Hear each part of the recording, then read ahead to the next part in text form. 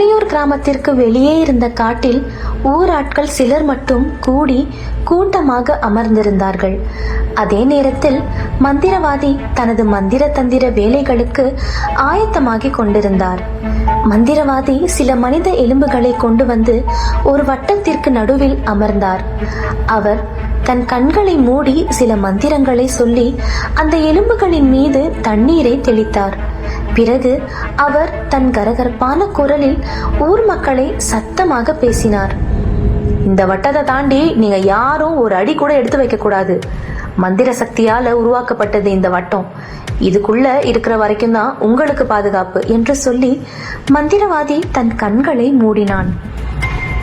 அவன் தன் கண்களை மூடி மீண்டும் மந்திரங்களை சொல்லத் தொடங்கினான். அங்கிருந்த ஊர் மக்களும் பூசாரியும் அவனையே உன்னிப்பாக கவனித்துக் கொண்டிருந்தனர். அவர்கள் அனைவர் முகத்திலும் பயம் மட்டுமே பரவியிருந்தது. மந்திரவாதி தனது கண்களை திறந்தான். தனது கையில் கொஞ்சம் சாம்பலை எடுத்துக்கொண்டு, இருளின் சக்தியே எழுந்து வா, இருளின் சக்தியே எழுந்து வா, இருளின் சக்தியே எழுந்து வா என்று 3 முறை சொல்லி அவன் தன் கையில் இருந்த சாம்பலை அங்கிருந்த எலும்புகளின் மேல் வீசினான். உடனே அந்த எலும்புகள் தீப்பற்றி எரிந்தன. தீப்பற்றிய அடுத்த கணம் அங்கிருந்த வானிலை தலைகீழாக மாறியது. சில நொடிகளுக்கு முன்பு வானம் அமைதியாக இருந்தது. ஆனால் இப்போது கடுமையான காற்று வீசி மரங்கள் அனைத்தும் ஆடத் தொடங்கியது. அந்த காற்றில் அந்த காடே ஆடுவது போல இருந்தது. ஊர் மக்கள் அனைவரும் அச்சத்தில் நடுங்கினார்கள். அப்போது காட்டிற்குள்ளே ஒரு சூறாவளி காற்று உருவாக தொடங்கியது. அந்த காற்றை பார்த்த ஓநாய்கள் எல்லாம் ஓலமிட்டு குரல் எழுப்பின. எல்லாரும் ஒருத்தருக்கு ஒருத்தர் கைகளை பிடிச்சிட்டு நில்லுங்க, என்ன நடந்தாலும் கைகளை விட்டுறாதீங்க என்றான் மந்திரவாதி. மீண்டும் அவன் மந்திரங்களை சொல்லி அந்த எலும்புகளின் மேல் சாம்பலை அள்ளி வீசினான். அதில் எரிந்து கொண்டிருந்த தீ மேலும் வளர்ந்தது. காற்றடித்த வேகத்தில் சின்ன சின்ன மரங்கள் எல்லாம் வேரோடு பிடுங்கி வீசப்பட்டன. கிராமத்தில் இருந்த ஆடு மாடுகள் அனைத்தும் மந்தைகள் சப்தமிட்டு அலறின. மக்கள் தங்கள் வீடுகளில் இருந்து வெளிவரவே அஞ்சினார்கள். திடீரென்று மாற்றமடைந்த அந்த வானிலையுடன் இடியும் மின்னலும் சேர்ந்து கொண்டது. மந்திரவாதி மீண்டும் சாம்பலை அள்ளி வீசி மந்திரங்களை உச்சரித்தான். இப்போது அந்த வானிலை மீண்டும் பழைய நிலைக்கு திரும்ப தொடங்கியது. ஒரு சூறாவளி வீசியதற்கான தடமே அங்கு தெரியவில்லை. அதை பார்த்து கொண்டிருந்த ஊராள் ஒருவன், அப்பாடா, ஒரு வழியா அந்த மோகினி நம்மளை விட்டு போயிட்டா என்று சொல்லி முடிக்கும் முன்னரே அந்த இடத்தில் கொலுசு சத்தங்கள் கேட்டன. மல்லிகை பூவின் மனம் காற்றில் கமழ்ந்து வந்தது. அந்த மனத்தை உணர்ந்த போது மந்திரவாதியின் இருந்து ஊர் மக்கள் வரை அனைவருக்கும் வியர்த்து வடிந்தது. அங்கு நடக்கும் சூழலை உணர்வதற்குள் ஒரு சூறாவளி ஒன்று அங்கு சுழன்றடித்தது. அந்த சூழல் விலகிய போது மணப்பெண் கோலத்தில் ஒரு பெண் நின்று கொண்டிருப்பதை அனைவரும் கண்டார்கள். தனது தலையை சுற்றி அவள் முக்காடு போட்டிருந்ததில் ஊர் மக்களால் அவள் முகத்தை சரியாக பார்க்க முடியவில்லை. அந்த பெண் மந்திரவாதியின் முன்னால் வந்து நின்றாள். அப்போது வீசிய மெல்லிய தென்றலில் அவள் தலையை மூடியிருந்த சேலை தலைப்பு விலகியது. லாவண்யா, பூசாரியின் மனைவி அதிர்ச்சியில் வாய் பிளந்தாள். விக்ரமனின் மனைவி லாவண்யா மந்திரவாதியின் முன்னால் வந்து நின்றாள்.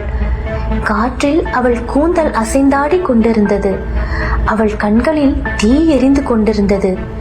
நெத்தி சுட்டி அணிந்திருந்ததால் அவளின் முன் நெற்றி பளிச்சிட்டது. அவள் முகத்தில் கோபம் அனலாக வீசியது. ஏதோ முணுமுணுத்தபடி மந்திரவாதி அவளை பார்க்க அவள் அனைவரையும் கோபமாக பார்த்து கொண்டிருந்தாள். ஒரு பக்கம் ஊர் மக்கள் முன்பு மந்திரவாதி லாவண்யாவை கொண்டு வந்து நிறுத்த, இன்னொரு புறம் தேவதாசிகளின் மாளிகையில் விளக்குகள் விட்டு விட்டு எரிந்து கொண்டிருந்தது. காலபைரவர் கோயிலில் வழக்கம் போல பூஜைகள் நடந்து கொண்டிருந்தது. அப்போது சந்திரலேகா அறையில் இருந்த கண்ணாடியில் தன்னை சோகம் வழிய பார்த்து கொண்டிருந்தாள். அதே நேரத்தில் அடுத்ததாக என்ன செய்ய வேண்டும் என்று தெரியாமல் கார்த்திக் தவித்துக் கொண்டிருந்தான். அவனுக்கு மந்திரவாதியிடம் செல்வதா இல்லை சந்திரலேகாவை தேடி செல்வதா என்பதில் குழப்பம் இருந்தது. சற்று நேரம் யோசித்த பிறகு அவன் கால்கள் தேவதாசிகளின் மாளிகையை நோக்கி நடந்தது. அவன் சந்திரலேகாவின் அறையை அடைந்து அங்கிருந்த மெலிதான திரைச்சீலையின் வழியே உள்ளே பார்த்தபோது மெத்தையின் மீது படுத்திருந்தபடி ஒரு ஆண் சந்திரலேகாவை இறுக்கி அணைத்துக் கொண்டிருந்தான். கார்த்திக்கின் மூளைக்குள் அவன் பார்த்த விஷயங்கள் வந்து போக ஆரம்பித்தது. இந்த ஆணை நான் பார்த்திருக்கேன். நான் முதலில் கடந்த காலத்துக்கு வந்தப்ப பார்த்த அதே காட்சி தான் இது. இதுக்கப்புறம்தான் வேந்தன் சந்திரலேகாவை பார்க்க வந்தான் என்று அவன் நடந்த காட்சியை தன் மனக்கண்ணில் ஓட்டி பார்த்தான். ஆனாலும் இன்னொரு விஷயம் கார்த்திக்கிற்கு புரியாமல் இருந்தது.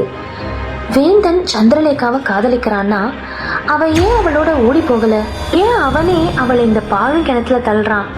சந்திரலேகா பற்றி இன்னும் ஏதோ ஒரு உண்மையை அறிய வேண்டியிருக்கு என்று அவன் கருதினான். ஆனால் அவன் மனதிலும் உண்மையை தேடி ஏகப்பட்ட கேள்விகள் எழுந்து கொண்டிருந்தது. இன்னொரு பக்கம் அந்த ஆண் சந்திரலேகாவின் உடலின் மோகத்தில் தன்னை முழுவதுமாக தொலைக்க தொடங்கினான். சற்று நேரம் கழித்து அந்த ஆள் தன் கையில் இருந்த நெக்லஸை சந்திரலேகாவின் மீது வீசி எரிந்துவிட்டு அங்கிருந்து போனான். அவன் போனவுடன் சந்திரலேகா கண்ணாடியின் முன் நின்று தன் உடைகளை அணியத் தொடங்கினாள். அப்போது வேந்தன் அங்கு வந்தான். இங்க வா வேந்தா என்று சந்திரலேகா அவன் கையை பிடித்து இழுத்து சென்றாள். கார்த்திக்கும் அவர்களை தொடர்ந்தான். சந்திரலேகா அவனை அந்த ரகசிய அறைக்கு செல்லும் கண்ணாடிக்கு முன் அழைத்து சென்றாள். அவள் அந்த கண்ணாடியின் மீதிருந்த இரும்பை திருப்பியதும் ரகசிய அறைக்கு செல்லும் வழி திறந்தது. சந்திரலேகா வேந்தனை உள்ளே அழைத்து சென்றாள். கார்த்திக்கும் அவர்களை தொடர்ந்து சென்றான். வேந்தா, என்கிட்ட ஒரு விலையுயர்ந்த நெக்லஸ் இருக்கு. இதை வித்துட்டா நீயும் நானும் தப்பிச்சு போக போதுமான பணம் கிடைக்கும். இன்னைக்கு ராத்திரியே நாம இங்கிருந்து கிளம்பிடலாம் என்றாள் சந்திரலேகா. சந்திரலேகா, முதல்ல உனக்கு இந்த நெக்லஸ் எங்க இருந்து கிடைச்சது? நீ இதை செய்ய வேணா லேகா. உனக்கு என் மேல நம்பிக்கை இல்லையா? நாம இங்கிருந்து ஓடி போறதுக்கு எல்லா ஏற்பாடும் செய்வேன்னு நான் சத்தியம் பண்ணியிருக்கேன். அதை இன்னைக்கு நான் நிறைவேற்றுவேன் என்றான் வேந்தன்.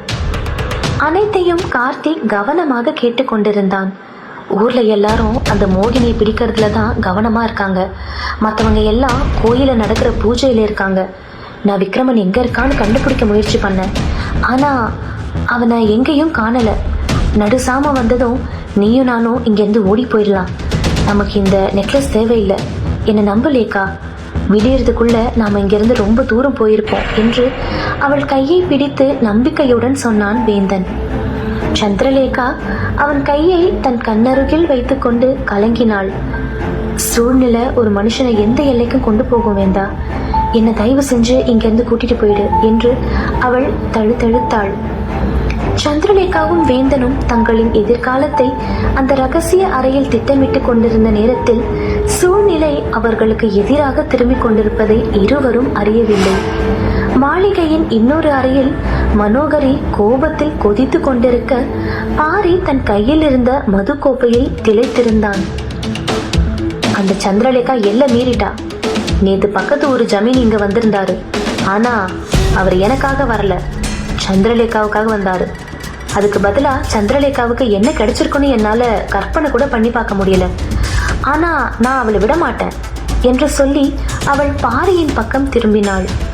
பாரியின் கையில் இருந்த மது கோப்பையை வாங்கி அதை வீசி எறிந்தாள். பாரி, நீ இது கொண்டாடவா வந்திருக்க? சந்திரலேகாவையும் வேந்தனையும் பழி வாங்கணும்ன்ற எண்ணம் உனக்கு இல்லையா? அவள் அப்படி கேட்டதும் கோபம் பொறுக்காமல் எழுந்தான் பாரி. இன்னைக்கே நான் அவங்கள பழி வாங்குறேன். அன்றைய இரவு புலியூர் மக்களுக்கு என்ன காத்திருந்தது என்பதை யாருமே அறியவில்லை. மந்திரவாதி தன் முன்னால் நின்ற லாவண்யாவை தீர்க்கமாக பார்த்தார். யார் நீ? எங்க இருந்து வந்திருக்கேன்னு சொல்லு. இந்த பொண்ணோட உடம்புல நீ ஏன் புகுந்திருக்க? லாவண்யா கோபமுடன் மந்திரவாதியை பார்த்து கொண்டிருந்தாள். மந்திரவாதியின் கணீர் குரல் அவளுக்கு எரிச்சல் ஊட்டியது. திடீரென்று அவள் வெடித்து சிரிக்க ஆரம்பித்தாள். அதை பார்த்து கொண்டிருந்த ஊர் மக்கள் அதிர்ந்து போனார்கள். அவள் கண்ணீர் என்ற குரலில் பேசத் தொடங்கினாள். நான் யாரா? நான் உன்னோட மரணம். லாவண்யா என்னோட பேரு. இதுதான் என்னோட உடம்பு. உங்க எல்லாரோட கதையும் என்னால முடிய போகுது. இங்க இருக்கிற அத்தனை ஆண்களையும் நான் கொல்லுவேன் என்று சொல்ல அவள் ஆங்காரமாக சிரித்தாள். நிறுத்து உன்னோட முட்டாள் பேச்ச. இன்னைக்கு நீ என் கையால இந்த உலகத்தை விட்டு போக போற. அதுக்கு முன்னாடி நீ எங்க இருந்து வந்தேன்னு சொல்லு. அதற்கு பதில் சொல்வதற்கு பதிலாக லாவண்யா திடீரென்று அழத் தொடங்கினாள். அந்த அழுகையை கேட்ட ஓநாய்கள் காட்டில் ஊளை எழுப்பின. அந்த சத்தம் அங்கிருந்த சூழலை இன்னும் அச்சம் கொள்வதாக ஆக்கியது. அவள் சில நொடிகள் அமைதியாகிவிட்டு மீண்டும் பேசத் தொடங்கினாள். நான் ஒரு சபிக்கப்பட்ட ஆத்மா. என்னை யாராலையும் அழிக்க முடியாது. எனக்கு சாவே கிடையாது. அது என்னோட சாபம். எப்பயுமே எனக்காக உடம்பு கிடைச்சிரும். உங்க யாராலையும் என்னை அழிக்க முடியாது என்று சொல்லி அவள் மெலிதாக புன்னகைத்தாள். நீ சாகதான் போற. உன்னை கொல்ல போறதும் நான் தான். என்கிட்ட இருந்து உன்னை நீ காப்பாத்திக்க முடியாது, மந்திரவாதி ஆவேசமுடன் கூறினான். உடனே அவன் சில மந்திரங்களை முணுமுணுத்து சாம்பலை எடுத்து எலும்புகளின் மீது வீசியவுடன் அதை தீப்பற்றி எரிந்தது. அப்போது லாவண்யா வலியில் துடித்தாள். அவள் உடம்பிலும் தீப்பற்றி கொள்ள ஆரம்பித்தது. அவளின் அலறல் சத்தம் கேட்டு விக்ரமன் அங்கு வந்தான். அவன் மந்திரவாதியின் கால்களை பிடித்து கொண்டு கெஞ்சினான். அவளை விட்டுருங்க சாமி. அவ வலியில துடிக்கிறா பாருங்க. லாவண்யா எந்த தப்பும் செய்யல. அவளை விட்டுருங்க. கெட்ட சக்தி தானே அவளை பிடிச்சிருக்கு. அவ என்ன பண்ணுவா சாமி என்று அவன் கெஞ்சினான். நீ என்ன பேசுற விக்ரமா? இது உன் மனைவி கிடையாது. இது ஒரு பேய். நீ ஏன் இதெல்லாம் என்கிட்ட இருந்து மறைச்ச? விக்ரமனை பார்த்து கேட்டார் பூசாரி. என்னை மன்னிச்சிருங்க. அவ உடம்புல என்ன ஆவி இருக்குன்னு என்னால தெரிஞ்சுக்க முடியல. அப்ப லாவண்யா அவளோட அம்மா வீட்டுல இருந்தா. அப்பதான் இது என் மனைவி இல்லைன்னு எனக்கு தெரிஞ்சது. நான் எனக்கு தெரிஞ்ச மந்திரங்களை பயன்படுத்தி என்ன காப்பாத்திக்கிட்டேன். ஆனா என் மனைவியை பறி கொடுத்துட்டேன். விக்ரமன் சொல்வதை அனைவரும் கேட்டுக்கொண்டிருந்தார்கள். தாழ்வான குரலில் விக்ரமன் தொடர்ந்து பேசினான். சில நேரம் அவளை என்னால பார்க்க முடியாது. மற்ற நேரங்கள்ல அவ ஒரு மோகினியா தான் இருக்கா. இந்த சூழ்நிலையில என் மகனை எப்படி கஷ்டப்பட்டு வளர்த்தேன்னு எனக்கு மட்டும்தான் தெரியும். ஆனா அந்த மோகினி ஏன் என் மனைவியை விட்டு வச்சிருக்கான்னு எனக்கு தெரியல. என்னால லாவண்யாவை இப்படி பார்க்க முடியல. எனக்கு உதவி பண்ணுங்க சாமி என்று அவன் அழுது கெஞ்சினான். உனக்கு அறிவில்லையா விக்ரமா? நல்லது எது கெட்டது எதுன்னு பார்க்க மாட்டியா? இந்த ஊர்லயே அறிவாளி நீ. நீ ஏன் இப்படி ஒரு தப்பு செஞ்ச விக்ரமா? எனக்கு புரியல. ஆச்சரியமுடன் அவனை பார்த்து கேட்டார் பூசாரி. பூசாரியும் விக்ரமனும் பேசிக் கொண்டிருந்ததை கேட்ட லாவண்யா மீண்டும் எக்காலமிட்டு சிரிக்க தொடங்கினாள். நீங்க எல்லாரும் சாக போறீங்க. நான் உங்களை கொல்ல போறேன் என்று அவள் சிரித்தாள். முதல்ல நீ உன்னை காப்பாத்திக்கோ என்று சொல்லி மந்திரவாதி சாம்பலை எடுத்து லாவண்யாவின் மீது வீசினான். அவள் வலியில் துடித்தாள்.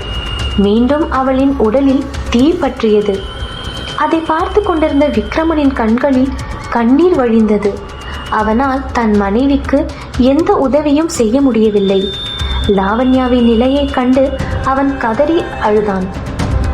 மந்திரவாதி மீண்டும் தனது கேள்விகளை லாவண்யாவின் மீது வீசத் தொடங்கினான். சொல்லு, நீ யாரு? ஏன் இந்த பொண்ணோட உடம்புல இருக்க? உன் ஆத்மா சாந்தி அடைய நான் வழி சொல்றேன். லாவண்யா அழுது கொண்டே அவனுக்கு பதில் அளித்தாள். நான் சபிக்கப்பட்டவ.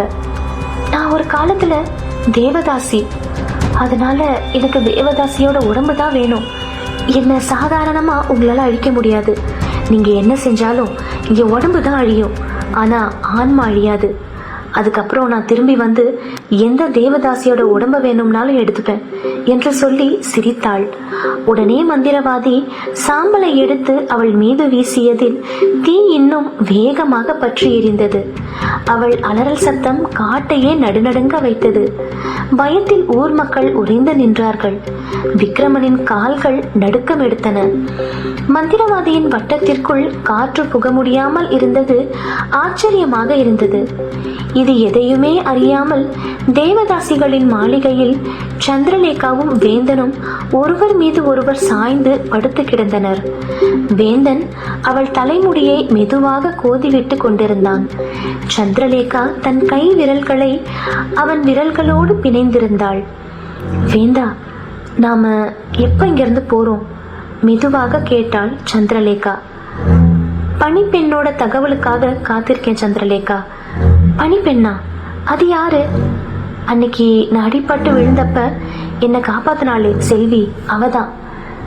சரி, செல்வி கிட்ட இருந்து என்ன தகவல் வரணும்? வேந்தன் அவள் கன்னத்தை கிள்ளி, செல்வி நமக்கு உதவி செய்றா. மனோகரியும் காவல்காரங்களும் அசந்த நேரம் பார்த்து அவ எனக்கு தகவல் சொல்லுவா. அப்ப நாம இங்கிருந்து போயிடலாம் என்றான் வேந்தன். இருவரும் பேசிக்கொண்டிருந்த நேரத்தில் ரகசிய அறையை நோக்கி யாரோ வரும் சத்தம் அவர்களுக்கு கேட்டது.